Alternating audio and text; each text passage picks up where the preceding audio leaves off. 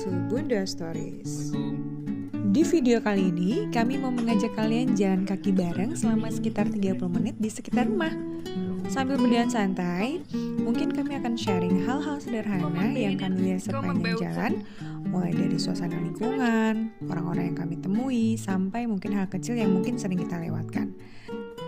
Semoga video ini bisa jadi teman santai kalian ya, dan menemani aktivitas kalian di hari ini. Yuk kita mulai jalannya. Bunu bawa nggak? Enggak juga. Bunu mau masukin tangan aja. Bismillah. Oke. Dingin banget ini. Kayaknya lebih dingin dari yang kemarin ya. Sekarang 3 km bisa kali ya? 4? 3? Kemarin aja kan 3 kita. Iya, dan ini kita nggak sore banget kan, jadi lumayan lagi. Kemarin aja 3,3. Iya.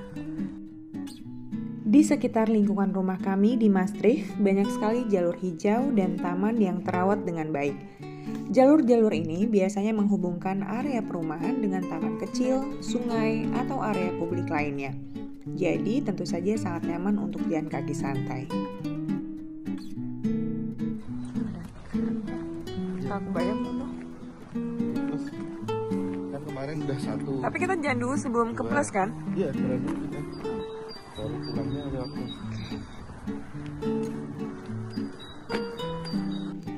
Untuk pejalan kaki, Maastricht terasa ramah dan aman. Banyak trotoar yang lebar, jalur khusus pejalan kaki, dan penyeberangan yang jelas. Saat berjalan pun, kita sering berpapasan dengan orang yang juga jalan santai, bersepeda, atau membawa anjing mereka. Suasananya tenang dan tidak terburu-buru.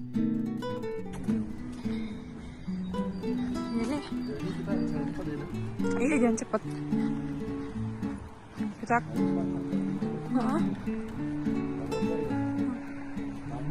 iya panas. Balkonnya lucu ya. Balkonnya lucu. Salah satu hal yang menarik dari lingkungan rumah di Maastricht adalah bentuk rumah-rumahnya yang khas. Banyak di antaranya memiliki balkon dan jendela yang besar. Jendela-jendela ini membuat cahaya alami mudah masuk ke dalam rumah, sehingga suasana di dalam terasa terang meskipun cuaca sedang mendung. Tarik dikit orang-orang pada jalan. Itu simbah-simbah. Mari kita lihat. Mari kita tiru mereka.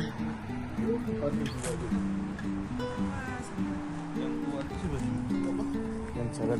Iya, mereka tuh kalau di sini. Iya. Kita berarti simbah-simbah.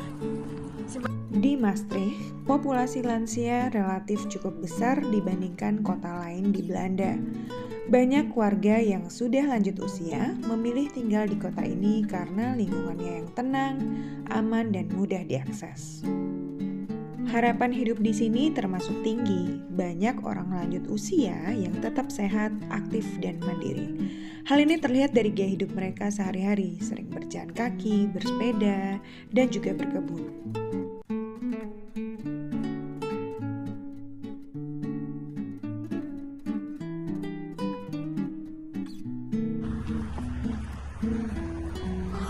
Gak apa-apa nih, kita akan lewat jalur sepeda aja. Karena jarang sepedaan, jadi kita lewat jalur sepeda. Selain jalur hijau, Maastricht terkenal dengan jalur sepeda dan pejalan kaki yang lengkap. Hampir semua jalan memiliki jalur sepeda khusus. Jalur ini menghubungkan rumah, sekolah, pusat kota, dan taman, dan banyak warga termasuk lansia menggunakannya setiap hari.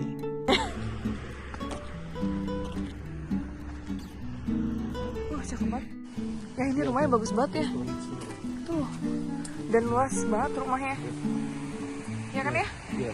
Jadi sini kalau uang pendapatannya besar juga harus pajaknya super besar. Jadi kalau untuk jadi orang kaya di sini berarti emang pendapatannya harus gede banget.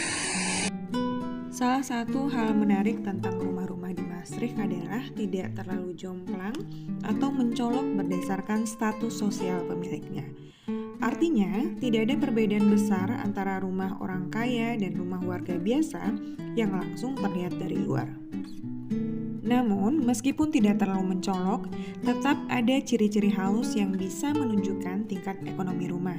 Misalnya, ukuran rumah, kondisi dan desain balkon, jumlah dan ukuran jendela, serta perawatan taman atau halaman. Dulu, di Belanda, termasuk Maastricht, ukuran jendela rumah berhubungan dengan pajak. Semakin besar jendelanya, semakin tinggi pajak yang harus dibayar oleh pemilik rumah. Pajak ini dikenal dengan istilah window tax yang diterapkan sejak abad ke-17 hingga awal abad ke-19.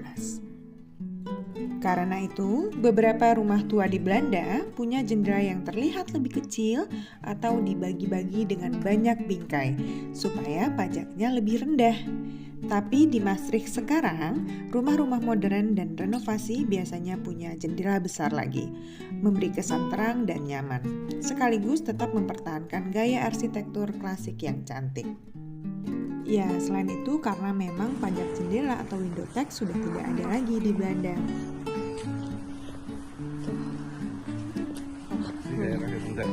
Kayak daerah kaya ya.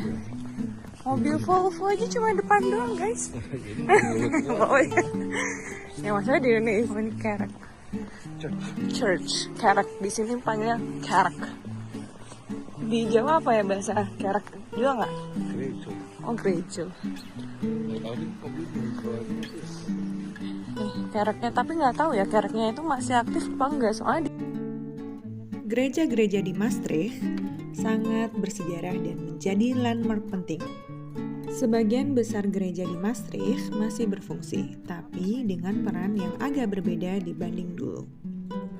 Beberapa gereja, terutama yang tidak terlalu besar atau di pusat kota, kini digunakan untuk konser, pameran seni, atau acara komunitas lainnya. Inilah yang membuat bangunan tetap hidup dan terawat, meski jumlah jemaat regulernya tidak sebanyak dahulu.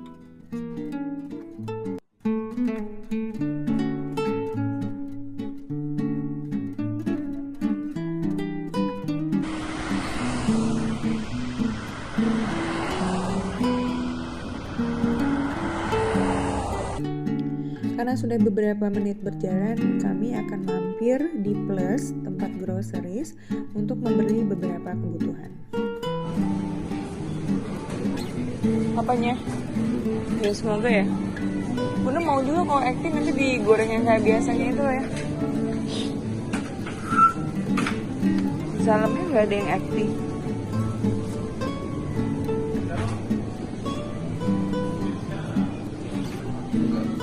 Nggak acting ya? Ya tinggal satu doang. Ya.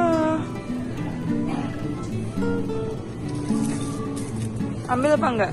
Ambil aja.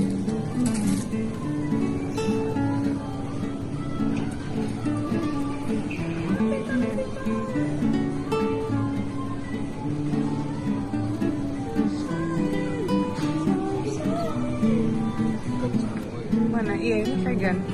Tapi ada tiba tempe nih. Mana? Tiba tempe. Oh. Ya itu kan ada 295 kayak gitu. Enggak ya? Enggak ada. Iya. Ih. Daging rusa ya, daging rusa. Ini kan daging rusa? Hah? Oh itu. Heaven beef stock. Heaven beef. Saya nggak halal ya. Maghrib kan. Heeh. Udah rendah. Surup. Apa tuh surup?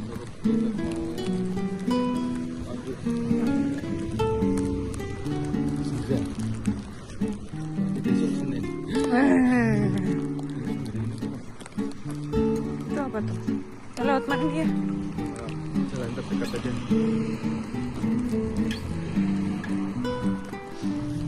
Tadi kita beli Indomie dapat murah 3 euro.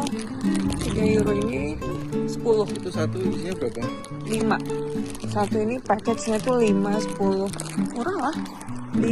Murah banget lah. Iya, berarti satu. Di Plus kan biasanya 2,99. 2,99 apa 2,69 aja.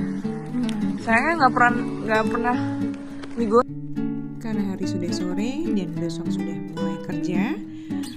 Akhirnya kami memutuskan untuk pulang ke rumah. Terima kasih sudah menemani kami jalan kaki hari ini. Sampai jumpa esok hari. Fijne dag nog. Doei!